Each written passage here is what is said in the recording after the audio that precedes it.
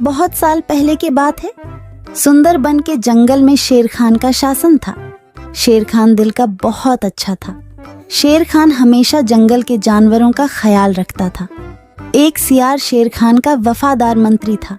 वह जंगल में घूमता और सारे समाचार लाकर शेर खान को देता रहता था। एक दिन सियार शेर खान के पास आया और कहा, महाराज, जंगल के सभी जानवर कह रहे हैं आपके बाद इस सिंहासन पर कौन बैठेगा, इसीलिए ये सब कह रहे हैं कि आपकी शादी हो जानी चाहिए, क्योंकि आपका संतान ही आगे चलकर इस जंगल का राजा बनेगा। हाँ, जंगल की जानवर सही कह रहे हैं। मेरा संतान ही आगे चलकर इस जंगल का राजा बनेगा, इसीलिए मैं अवश्य शादी करूंगा। तुम शादी की तैयारियां करो। फिर शेर खान की शादी बड़ी ही धूमधाम से हो रहे थे। जंगल के सभी जानवरों को शादी में बुलाया गया था। सिर्फ एक छोटे से चूहे को छोड़कर शादी में बहुत सारा खाने पीने का इंतजाम किया गया था। सभी जानवर पेट भर खाना खाया। इधर चूहा को निमंत्रण ना मिलने के कारण वह बहुत गुस्से में था। ये शेर तो बड़ा ही घमंडी निकला। उसने मुझे शादी में ना बुलाकर मेरा अपमान किया है। मैं इसका बदला अवश्य लूंगा। इस बात को लेकर चूहा बहुत ही नाराज था। वह मन ही मन सोचने लगा कि इसका बदला कैसे लिया जाए। कुछ देर सोचने के बाद वह एक योजना बनाता है। मैं भी शादी करूंगा। हाँ, मैं भी शादी करूंगा। बड़ी धूमधाम से शादी करूंगा और शादी में उस शेर को छोड़ के सभी को आमंत्रित करूंगा। हाँ, यही ठीक रहेगा। फिर चूहे ने शादी करने का फैसला कर लिया और वह अपने लिए एक दुल्हन ढूंढने निकल पड़ा। थोड़ी दूर जाने के बाद उसे एक दुल्हन दिखाई पड़ा। फिर चूहे ने उसके पास जाकर कहा, शादी तो मैं कर लूं, लेकिन इसके साथ से तो मैं बिल्कुल नहीं शादी करूंगा। मेरी दुल्हन तो उस घमंडी शेर के दुल्हन से भी सुंदर और शक्तिशाली होनी चाहिए। फिर चूहा आगे जाकर एक पेड़ के नीचे रुक गया। दुल्हन की खोज को लेकर चूहा चिंतित हो गया। वह सोच रहा था कि भला इतनी सुंदर और शक्तिशाली दुल्हन उसे कहाँ मिलेगा। यह सोचते सोचते वह चल ही रहा था कि उसकी नजर आसमान की तरफ गई। उसने देखा कि सूर्य भगवान आसमान में चमक रहे हैं।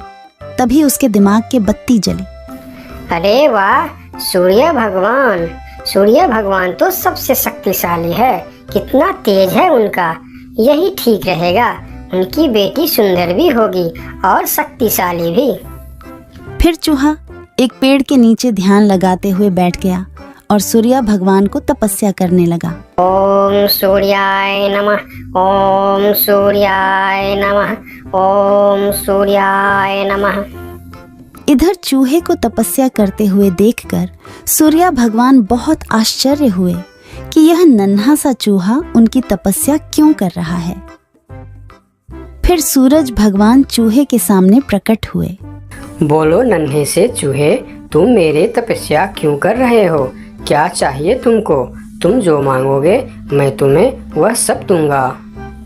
हे भगवान, आप आगे। मुझे तो अपनी आंखों पर यकीन नहीं हो रहा है कि एक नन्हा सा चूहे की बात सुनकर आप मेरे पास आ गए। हाँ, मैं सचमुच तुम्हारे पास आया हूँ। बोलो तुम्हें क्या चाहिए? भगवान, मैं शादी करना चाहता हूँ। अरे वाह, यह तो बहुत ही अच्छी बात है। इसमें मैं तुम्हारा क्या मदद कर सकता हूँ? मैंने यह प्रण किया है भगवान कि जो दुनिया में सबसे ज्यादा शक्तिशाली होगा मैं उसके बेटी से ही शादी करूँगा, और आप इस दुनिया में सबसे शक्तिशाली हो, इसीलिए मैं आपकी बेटी से शादी करना चाहता हूँ। चूहे की बात सुनकर सूर्य भगवान सोच में पड़ जाते हैं कि मैं इस छोटी सी चूहे के साथ अपनी बेटी का शादी कैसे कर सकता हूँ। और फिर उन्होंने मन ही मन सोचने लगे, यह चूहा तो बिल्कुल पागल लग रहा है। इससे भला मैं अपनी बेटी की शादी कैसे करवा सकता हूँ? कुछ भी करके मुझे इससे छुटकारा पाना ही होगा, मगर कैसे? मुझे जल्दी कुछ करना पड़ेगा। तभी उनके मन में एक ख्याल आया और उन्होंने चूहे से कहा, अरे यह तो बहुत ही अच्छी बात है। कि तुम मेरी बेटी से शादी करना चाहते हो। मुझे अपनी बेटी के लिए तुमसे अच्छा वर और कहाँ मिलेगा। सूर्य भगवान का बात सुनकर चूहा मन ही मन बहुत खुश हो गया और उसके मन में लड्डू फूटने लगे। तभी सूर्य भगवान बोलते हैं, लेकिन एक समस्या है, मैं दुनिया का सबसे शक्तिशाली नहीं हूँ और तुमने प्रण किया है कि जो दुनिया में सबसे ज़्यादा शक्तिशाली होगा तुम उसी के बेटी से शादी करोगे। अगर तुमने मेरी बेटी से शादी की तो तुम्हारा प्रण टूट जाएगा। हे भगवान, ये आप क्या बोल रहे हो? आपसे भी शक्तिशाली? आपसे शक्तिशाली भला इस दुनिया में और कौन हो सकता है? मुझसे शक्तिशाली तो वह बादल है जो अपने परछाई से मुझे भी ढक देता है। यह सुनकर चूहा आसमान की तरफ बादल को देखने लगा और बोला, अगर बादल आपसे भी ज्यादा शक्तिशाली है तो मैं फिर उसकी बेटी से ही शादी करूंगी। आप उसे नीचे बुलाइए। फिर सूर्य भगवान ने बादल को नीचे बुलाया और बादल उनकी बात मानकर धीरे धीरे नीचे आया। बादल जी, मैं आपकी बेटी से शादी करना चाहता हूँ क्योंकि आप दुनिया के सबसे शक्तिशाली हो। मैं अपने आप को बहुत बड़ा भाग्यमानी समझूंगा अगर आपकी विवाह मेरी बेटी से हुई, लेकिन मैं दुनिया का सबसे शक्तिशाली नहीं हूँ। मुझसे शक्तिशाली तो हवा है जो हमें भी उड़ाकर दूर चला जाता है। अच्छा, तो यह बात है। ठीक है, फिर मैं हवा की बेटी से ही शादी करना चाहता हूँ। आप हवा को बुलाइए। फिर बादल ने हवा को बुलाया और हवा धीरे धीरे करके नीचे आया। फिर चूहा ने अपनी विवाह का प्रस्ताव हवा को बताया। फिर हवा मुस्कुराते हुए बोली, मुझे बहुत अच्छा लगेगा अगर मेरी बेटी की विवाह आपके साथ होता है, लेकिन मैं दुनिया का सबसे शक्तिशाली नहीं हूँ।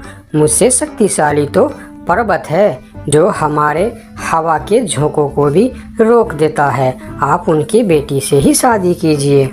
फिर पर्वत को भी बुलाया जाता है और चूहे ने पर्वत के सामने भी अपना प्रस्ताव रखता है। पर्वत जी, आप दुनिया का सबसे शक्तिशाली है और मैं आपकी बेटी से शादी करना चाहता हूँ। क्या आपको कोई ऐतराज है? मुझे भला क्या ऐतराज हो सकता है?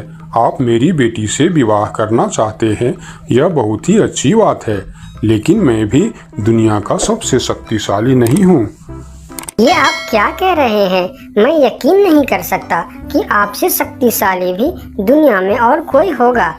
हाँ है, मेरे शिखर पर एक मोटा सा चूहा रहता है। वह मुझे रोज कुतर कुतर के वहाँ एक बड़ा सा सुरंग बना लिया है और उसमें अपने बच्चों और परिवार के साथ रहता है।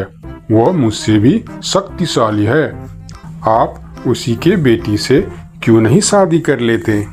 अगर ऐसी बात है तो फिर आप मुझे ले चलो उसके पास। मैं उसके बेटी से ही शादी करना चाहता हूँ।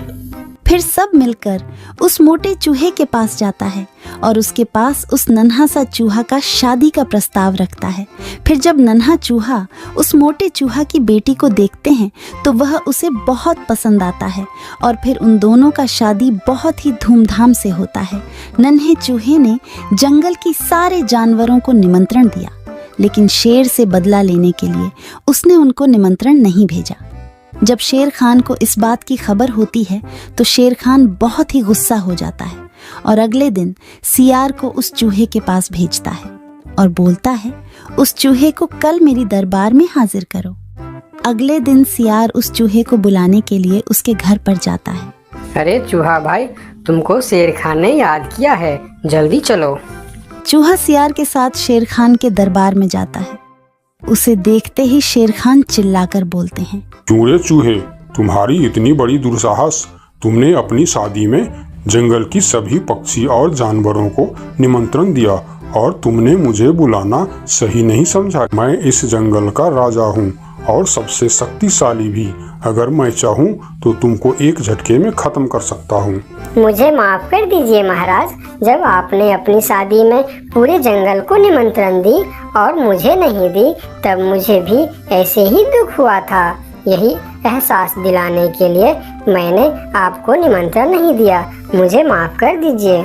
क्यों रे सियार, तूने ऐसा क्यों किया? मैंने तो तुमको बोल दिया था कि जंगल के कोई भी पशु पक्षी छूटनी नहीं चाहिए। फिर तुमने इस चूहे को निमंत्रण क्यों नहीं दिया? मुझे माफ़ कर दीजिए महाराज, गलती हो गई।